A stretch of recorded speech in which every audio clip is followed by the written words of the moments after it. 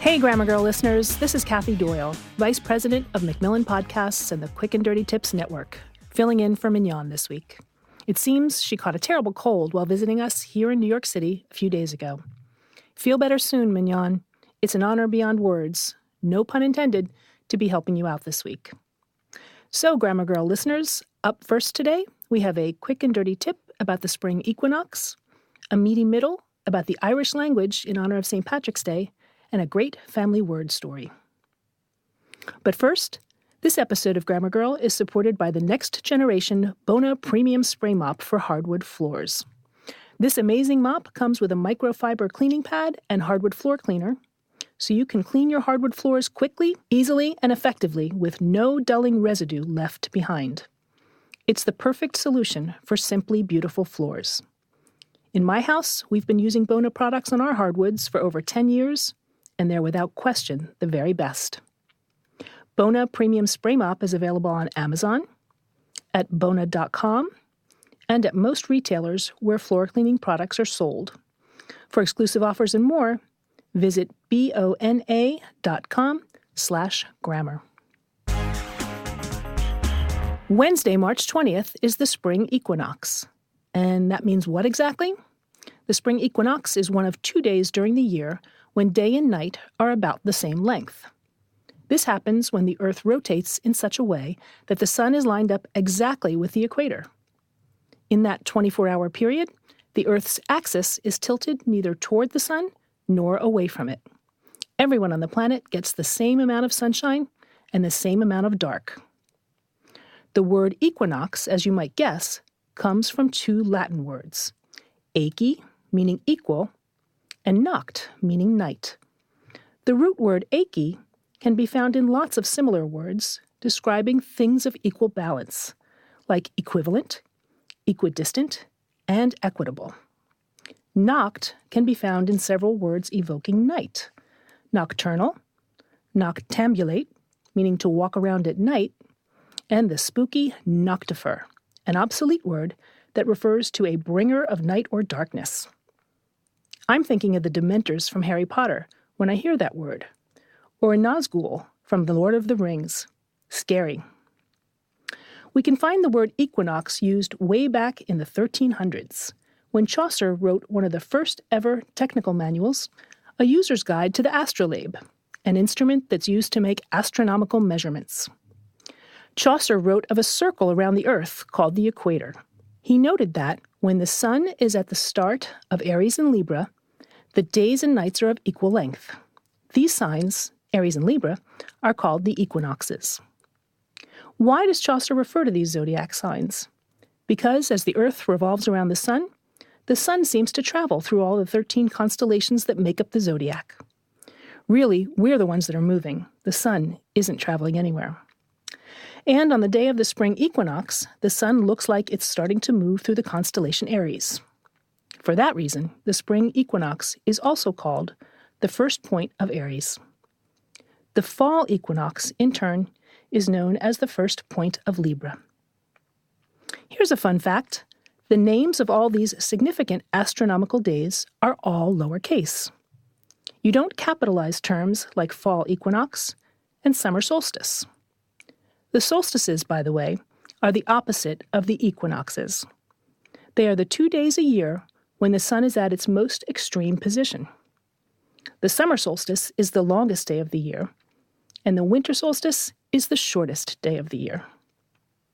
One final question. Why is the spring equinox also called the vernal equinox? That's because vernal is another word for spring, derived from the Latin word vir, meaning the same thing. I really wish I could say that verdant is also derived from this word, but it comes from a different Latin word, virides, meaning green. That just goes to show that not all words that sound the same come from the same root. And speaking of roots, the ground should be getting soft enough for planting. Enjoy the spring equinox and the full worm moon, which falls on the same day this year. Why is it called that? Because ground that's soft enough to put plants in it is soft enough to have worms come out.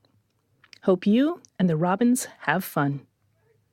That segment was also written by Samantha Enslin, who runs Dragonfly Editorial. You can find her at dragonflyeditorial.com or on Twitter as DragonflyEdit. Before we get to the Irish language, Robinhood is an investing app that lets you buy and sell stocks, ETFs, options, and cryptos, all commission-free.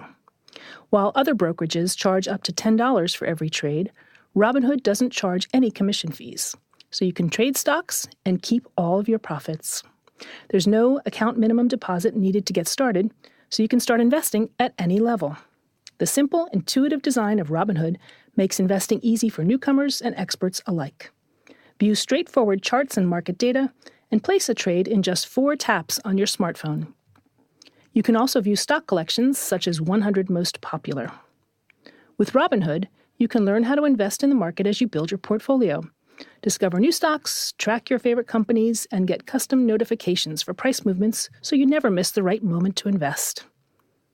Robinhood is giving Grammar Girl listeners a free stock like Apple, Ford, or Sprint to help you build your portfolio. Sign up at grammar.robinhood.com. Next, with St. Patrick's Day coming up this week, here's a topic that's been on our minds. Is Irish a language? In short, yes. Yes, it is. Irish is derived from Celtic, an ancient language spoken by Indo-European people who flourished in Central Europe between the 2nd millennium BC and the 1st century BC. They were said to be intrepid warriors, and by the 1st century BC, they had moved south into Italy, eastward toward Turkey, and westward into the British Isles. And when I say moved, I mean they sent raiding parties to take over new territory.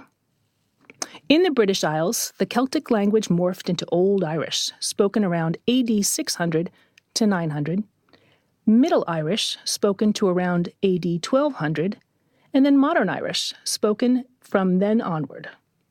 Modern Irish is also known as Irish Gaelic. As Irish people moved into Scotland and to the Isle of Man, a tiny island between England and Ireland, they brought Irish with them, and 2 additional languages developed: Scottish Gaelic and Manx. These 3 tongues, really considered 3 variants on the same language, are referred to as the Gaelic branch of Celtic.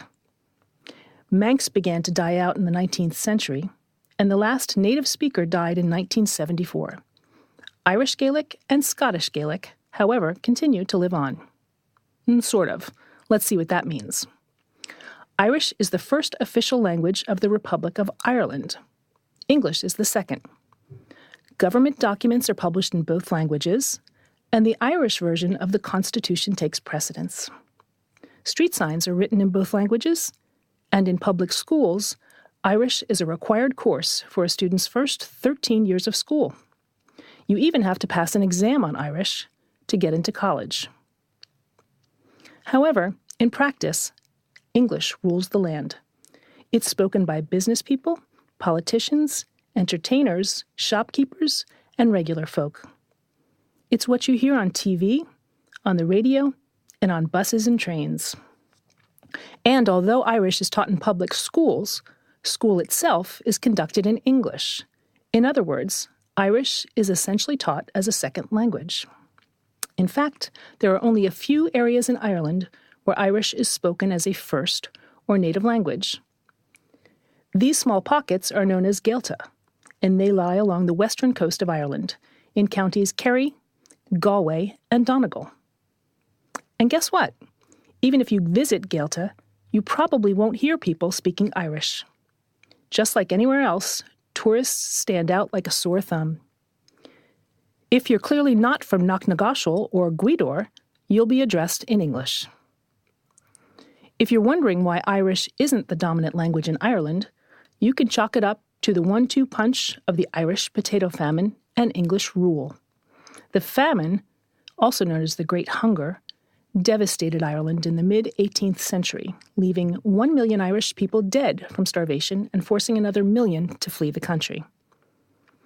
At the same time, the Irish language was being attacked by the English Parliament. Intent on establishing a single language across the nation, London passed laws requiring English to be taught in Irish schools and prohibiting Irish from being spoken at all. Obviously, use of the Irish language began to decline, and it never fully recovered, not even after an independent Irish state was established in 1922. You might have noticed me switching between saying Irish and Irish Gaelic. Here's what that's about. Gaelic is a general term for any of the three Gaelic languages spoken in Ireland, Scotland, and the Isle of Man. To be precise, you can specify Irish Gaelic when you're talking about the language spoken in Ireland. The Irish people themselves, however, they just say that they speak Irish. And if they were actually speaking Irish, they'd say they were speaking Gaeilge. That's how you say Irish in Irish Gaelic. Okay, that sounds confusing, but think of it this way. In English-speaking countries, we say that people from Spain speak Spanish, but Spanish speakers call their language Español. We say people from France speak French, but French speakers call their own language Français. In just the same way, the Irish word for the Irish language is Gaeilge. In just the same way, the Irish word for the Irish language is Gaeilge. One big difference between Irish and English is word order. In English, the standard word order for most sentences is subject, verb, object, as in, I love pancakes. In Irish, the standard word order is verb, subject, object, as in, love I pancakes. She washed the dog would be washed she the dog in Irish. To an English speaker, that sounds just as odd as Yoda speak, which would be the dog she washed. That's object, subject, verb order, if you're keeping track. Another variation in word order is that in Irish, nouns come before adjectives, just as they do in Spanish and French. So instead of saying, I love fluffy pancakes, you'd say, love I pancakes fluffy. Instead of, she washed the filthy dog, you'd say, washed she the dog filthy. In English, we're used to the ends of the words changing. Just think of walk, walking, and walked. We understand that the end changes depending on the sentence's grammar. But in Irish, the beginning of words can also change. They change depending on a number of variables, whether the word is preceded by a definite or indefinite article, whether it follows certain prepositions, whether it follows certain numbers, and many more conditions too complex to explain here. Suffice it to say that an Irish word might have an H, N, M, or D added to its beginning, or an H inserted right after its first letter. Linguists call this initial mutation. Finally, the most striking difference between Irish and English is that Irish doesn't use the words yes and no. You heard that right. If someone asks you a question in Irish, you can't give a simple yes or no answer because those words don't exist. One option is to respond with the verb in a positive or negative way. For example, if you were asked, did you sing today? In Irish, you could say, I sang, or I didn't sing. Or you could also say, I did, or I didn't, but you couldn't just answer yes or no. So many languages spoken today, from Hindi and Kurdish to Greek, Italian, German, and Russian, all stem from a single mother tongue, what we call Proto-Indo-European. We can trace many words in all these languages back to common root words, basic words like mother, father, and brother. It's fascinating to imagine how one branch of our common language dropped the two most basic words of all, yes and no. That last segment was also written by Samantha Enslin. Finally, we have a listener Familect story. Here's Michael. Hi, Grammar Girl. This is Michael Proctor. I'm calling from Phoenix, Arizona. Love your podcast. I've been listening a long time. Our son, when he was younger, he had two words that somehow he came up with. The first one was kidadoo, which meant pick me up. So he would sit on the floor and hold his arms up when we walked by, and he'd say kidadoo. And that continued for many years until we couldn't pick him up anymore. The other word had to do with him